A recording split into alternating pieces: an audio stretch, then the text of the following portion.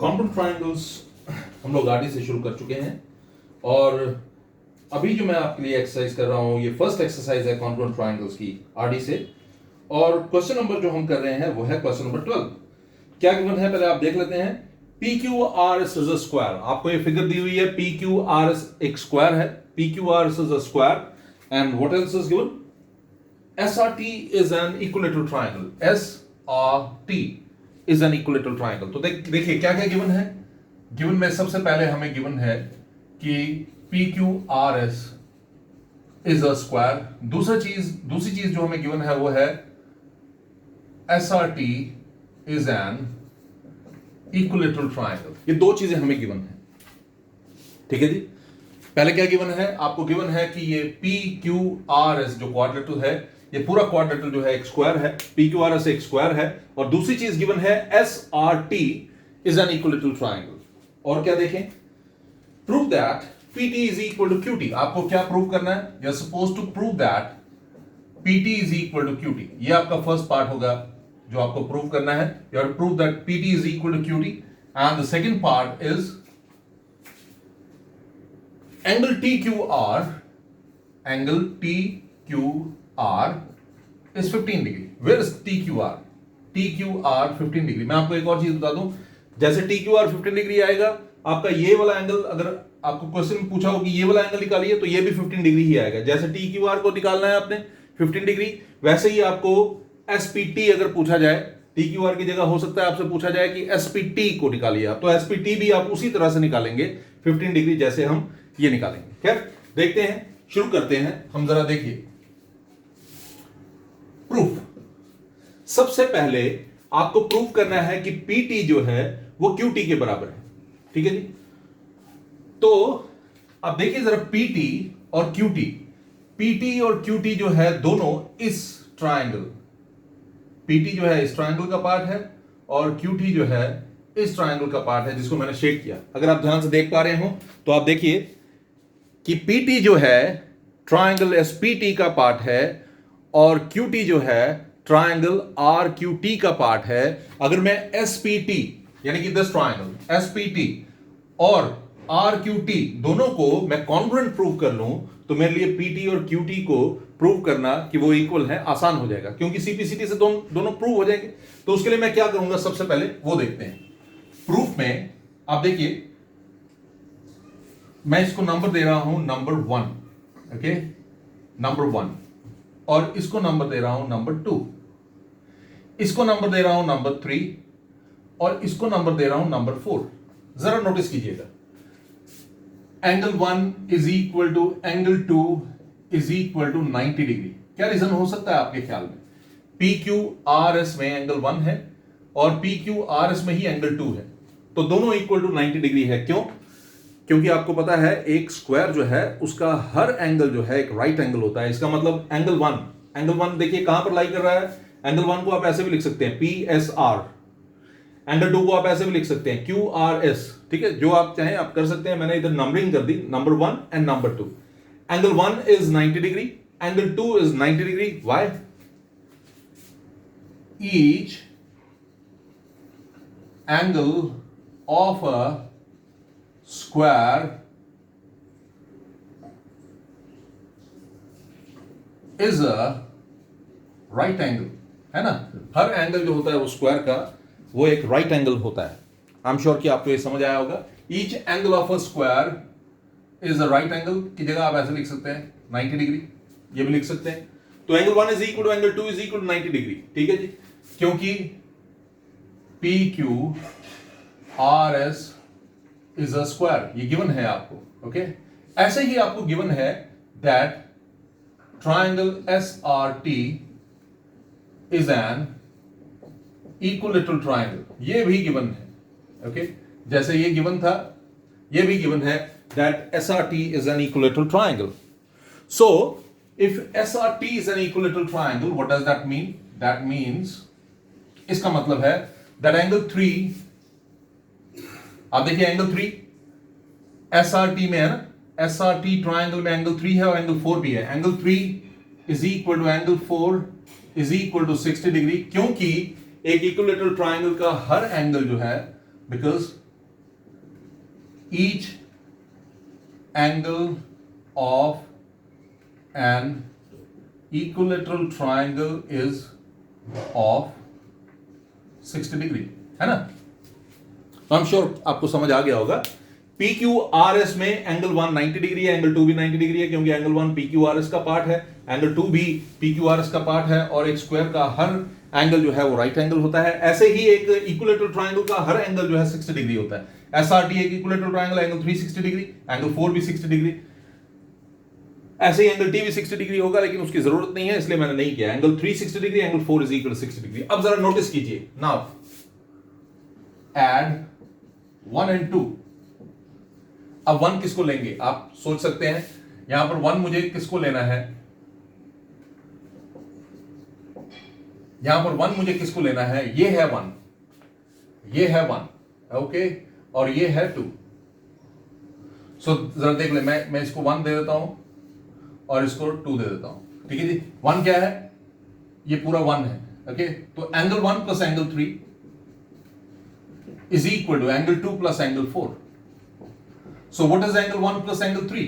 Angle 1 plus angle 3 क्या है? It is angle PST.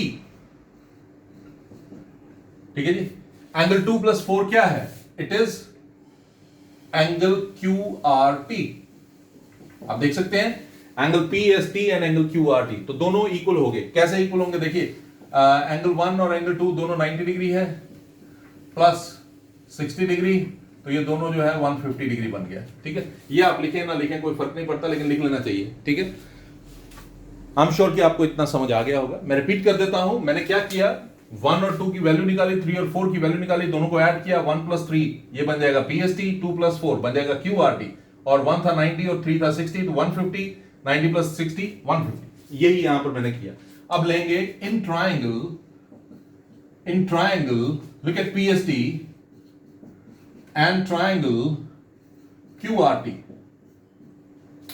In triangle PST, okay, and QRT क्या होगा जरा देखिए, PS is equal to QR. Why?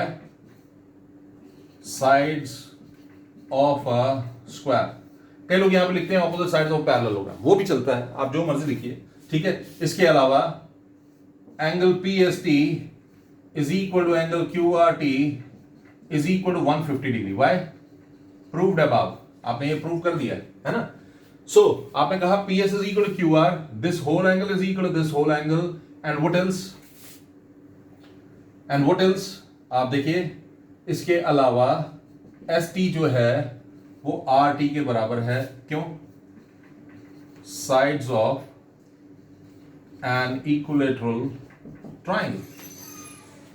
एक इक्विलेटरल ट्रायंगल की हर साइड जो है वो बराबर होती है, इसलिए हमने लिखा ST is equal to RT। अब देखिए दोबारा से इन दो शेडेड ट्रायंगल्स को, SP जो है PS जो है QR के बराबर है, और ST जो है RT के बराबर, और इनके बीच वाला एंगल जो है बराबर है। तो by SAS rule triangle PST is congruent to triangle QRT,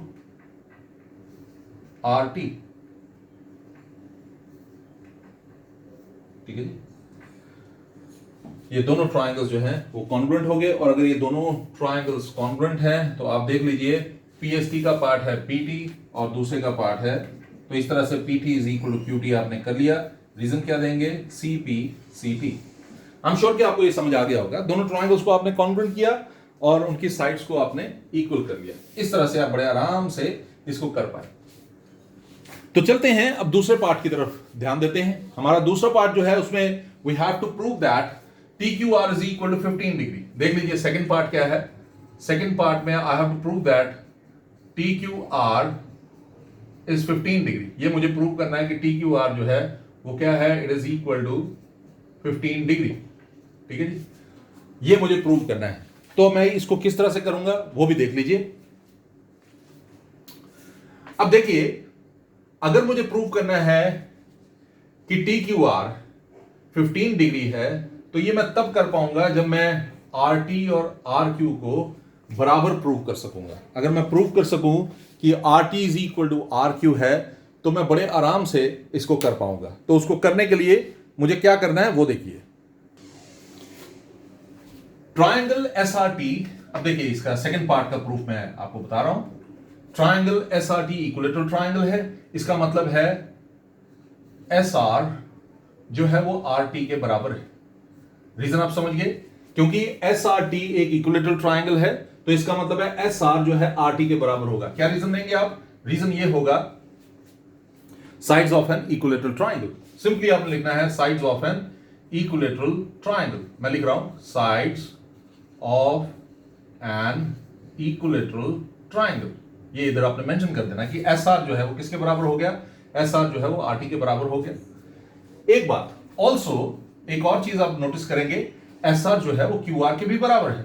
SR is equal to QR। Reason क्या देंगे? साइड्स ऑफ अ स्क्वायर, है ना।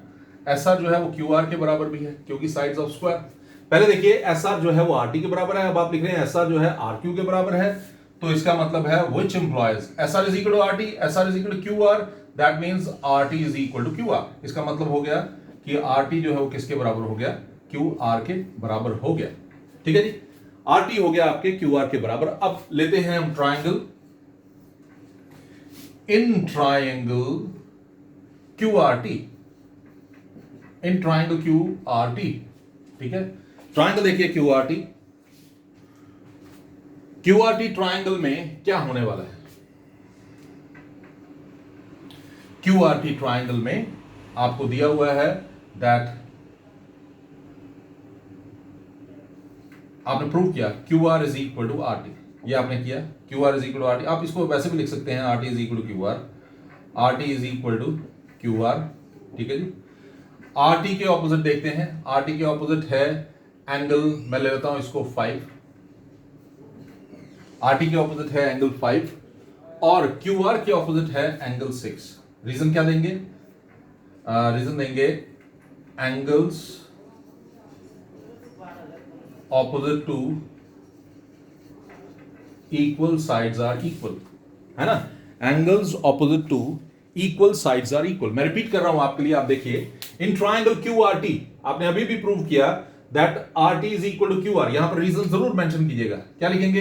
प्रूव्ड अबव, है ना, या सिंपली प्रूव्ड। ओके, अब इस ट्राइंगल में जिसको आपने ये देखिए QRT, इस ट्राइंगल में QR जो है आपने कहा RT के बराबर है, तो QR के ऑपोजिट है एंगल ये वाला और RT के ऑपोजिट है एंगल ये वाला, तो QR के ऑपोजिट ये 6, ये 5, angle 5 is equal to angle 6 हो गया। ठीक है जी, सिंपल।